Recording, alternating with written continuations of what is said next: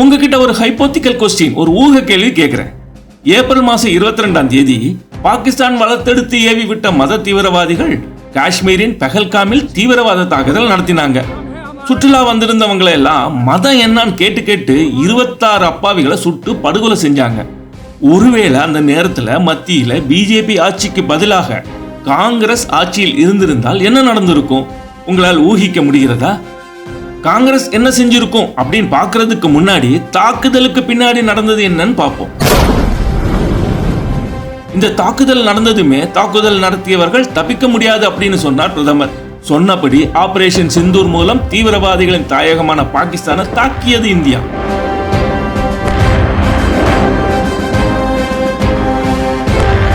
தீவிரவாதிகளோட 9 மறைவிடங்களை துல்லிய தாக்குதல் மூலம் தரைமட்டமாக்கியது. போருக்கு வந்த பாகிஸ்தானின் அனைத்து தாக்குதல்களும் தடுக்கப்பட்டு பாகிஸ்தான் தாக்கப்பட்டு பாகிஸ்தானுக்கு பலத்த சேதத்தை உண்டாக்கியது.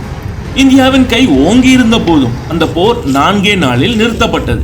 முதலில் போருக்கு ஆதரவு சொன்ன காங்கிரஸ் அரசின் நடவடிக்கைகளை தொடர்ந்து குறை சொல்லிக்கிட்டே இருந்துச்சு.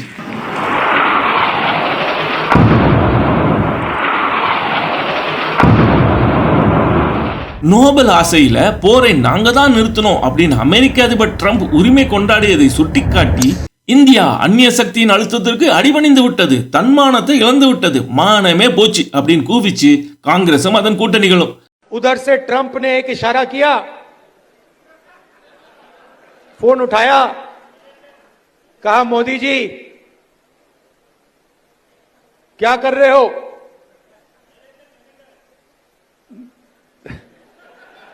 नरेंद्र सरेंडर, और जी हजूर करके नरेंद्र मोदी जी ने ट्रंप के इशारे का पालन किया. நரேந்திரா சரண்டர் என்று ட்ரம்ப் கட்டளையிட்டார், ஜி குசூர் என்று மோடி அடிபணிந்தார் என்றெல்லாம் சொல்லி நக்கல் அடித்தார் ராகுல். இவ்வளவு ஏன், பாராளுமன்றத்திலேயே ட்ரம்ப் சொல்வது பொய் என்று சொல்ல தைரியம் இருக்கிறதா என்று மோடிக்கு சவால் விட்டார். அதாவது மோடி அரசு ட்ரம்ப் மிரட்டலுக்கு பயந்து போரை நிப்பாட்டிடுச்சு என்பது போல பேசினார். அடடா, இந்தியாவின் பெருமைக்கு ஒரு களங்கம், தன்மானத்துக்கு ஒரு அசிங்கம் என்றதும் எப்படி கொந்தளித்தார் ராகுல். என்னே அவரது நாட்டுப்பற்று, இவரல்லவோ தலைவர் என்றெல்லாம் காந்தி மீடியாக்கள் புலங்காதம் அடைந்தன. ராகுல் அதிரடி சரவடி சிக்ஸர் என்று புகழ்ந்தது.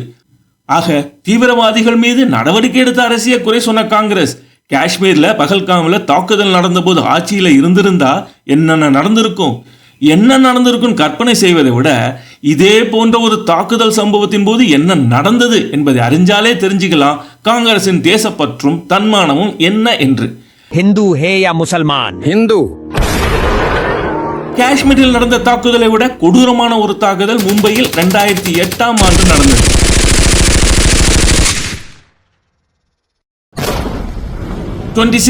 என்று வரலாற்றில் இடம்பெற்ற அந்த கருப்பு நாள் அன்று மும்பையில் பாகிஸ்தான் இஸ்லாமிய தீவிரவாத அமைப்பு நடத்திய இன்றும் மாறா வடுவாக இருக்கும் அந்த தாக்குதல்ல 166 பேர் கொல்லப்பட்டார்கள், 250க்கும் மேற்பட்டோர் படுகாயமடைஞ்சாங்க. மும்பையின் புகழ்பெற்ற தாஜ் ஹோட்டல் தீவிரவாதிகளால் கைப்பற்றப்பட்டு தீ வைக்கப்பட்டது.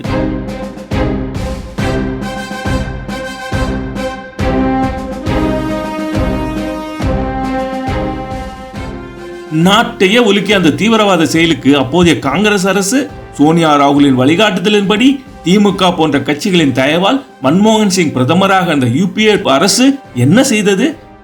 அடேங்கப்பா, என்ன ஒரு நடவடிக்கை என்று உலகையே வாயப்பிளந்து பார்க்க வைக்கும் அளவுக்கு ஒரு பெரும் நடவடிக்கை எடுத்தது. அது தீவிரவாத செயலுக்கு கடும் கண்டனம் தெரிவித்ததுதான். இதை தவிர தாக்குதல் நடத்தி உயிரோட மாட்டிக்கொண்ட ஒரே ஒரு நபரான அஜ்மல் கசாபை சிறையில வச்சு ராஜமரியாதையோட பிரியாணி போட்டது தான் யூபிஏ அரசின் சாதனைகள். சரி, பாகிஸ்தான் மீது ராணுவ நடவடிக்கை எடுக்காமல் இருந்தாங்களே, அதாவது காங்கிரசின் சொந்த முடிவா என்றால் இல்லை என்று ஒரு உண்மையை போட்டு உடைத்திருக்கிறார் அப்போது நிதியமைச்சராக இருந்து பின்னர் உள்துறை அமைச்சரான ப. சிதம்பரம். வாங்க, தனியார் சேனல் ஒன்றுக்கு அவர் கொடுத்த பேட்டி ஒன்றில் அவர் என்ன சொல்லியிருக்கார் பார்ப்போம்.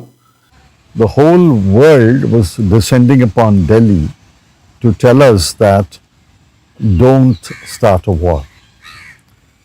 For example, Condoleezza Rice, who was the then Secretary of State, flew in 2 days or 3 days after I took over to meet me and the Prime Minister and to say, please don't react I said this is a decision which the government will take. But I confirmed that the decision was not to retaliate. சம்பவம் நடந்து 17 வருஷங்களுக்கு பிறகு தீவிரவாத தாக்குதலுக்கு பதிலடி கொடுக்காமல் ஏன் இருந்தோம் என்பதை விளக்கமா சொல்லியிருக்கிறார் சிதம்பரம். தாக்குதலுக்கு பதிலடியாக என்ன செய்யலாம் என்று விவாதித்ததாகவும், அப்படியே போய் பாகிஸ்தான் அடிச்சு துவைக்கலாம் முடிவு செஞ்சப்போ இதற்காக போரெல்லாம் எடுக்காதீங்க என்று உலக நாடுகள் அழுத்தம் கொடுத்ததாகவும், அமெரிக்க வெளியுறவுத்துறை செயலாளர் கோண்டலிசா ரைஸ் புதுடெல்லிக்கே வந்து பிரதமரை சந்தித்து ராணுவ நடவடிக்கை எடுக்கக்கூடாது என்று சொன்னதாகவும் சொல்கிறார். அதாவது போட்டு விடுங்க, செத்தது இந்தியன் தானே, இதுக்கு போய் எதுக்கு போரெல்லாம் போட்டுக்கிட்டு அப்படின்னு சொன்னாங்க போல. அதுக்கு இவங்களும் ஓகே சொல்லிட்டாங்க போல. ஆக காங்கிரஸ் அரசு அப்போது பாகிஸ்தான் மீது நடவடிக்கை எடுக்காமல் இருந்ததற்கு காரணம் அமெரிக்கா உள்ளிட்ட பல நாடுகள் கொடுத்த நிர்பந்தம் தான் என்பதும், அந்நிய நாடுகளின் பொம்மை போல அரசு அதை ஏற்று அமைதியாகிவிட்டது என்றும் இப்பொழுது நிரூபணமாகி இருக்கு. இப்படி வெளிநாடுகள் அழுத்தத்திற்கு அடிபணிந்து அமெரிக்காவின் நிர்பந்தத்திற்கு தொடை நடுங்கி கண்டனம் சொல்வதோடு நிறுத்தி கொண்ட காங்கிரஸ் தான் இன்று மோடியை நோக்கி கேள்வி கேட்கிறது. நரேந்திரா சரண்டர் என்று கிண்டல் செய்கிறது. மோடி கிட்ட சரண்டர் சொன்ன அமெரிக்கா இவங்க ஆட்சியில் என்ன சொல்லியிருப்பாங்க?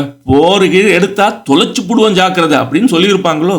என்ன கொடுமடா இது! ஒரு அந்நிய நாட்டின் செயலாளர் வந்து சொன்னதுக்கே சைலண்டா ஆயிட்டாங்க காங்கிரஸ். ஆக தீவிரவாத தாக்குதல்களுக்கு உடனடியாக போர் எடுத்த மோடி ஆட்சி எங்கே? கோண்டலிசா ரைஸ் சொன்னார் என்று அமைதியாகி நின்ற காங்கிரஸ் எங்கே?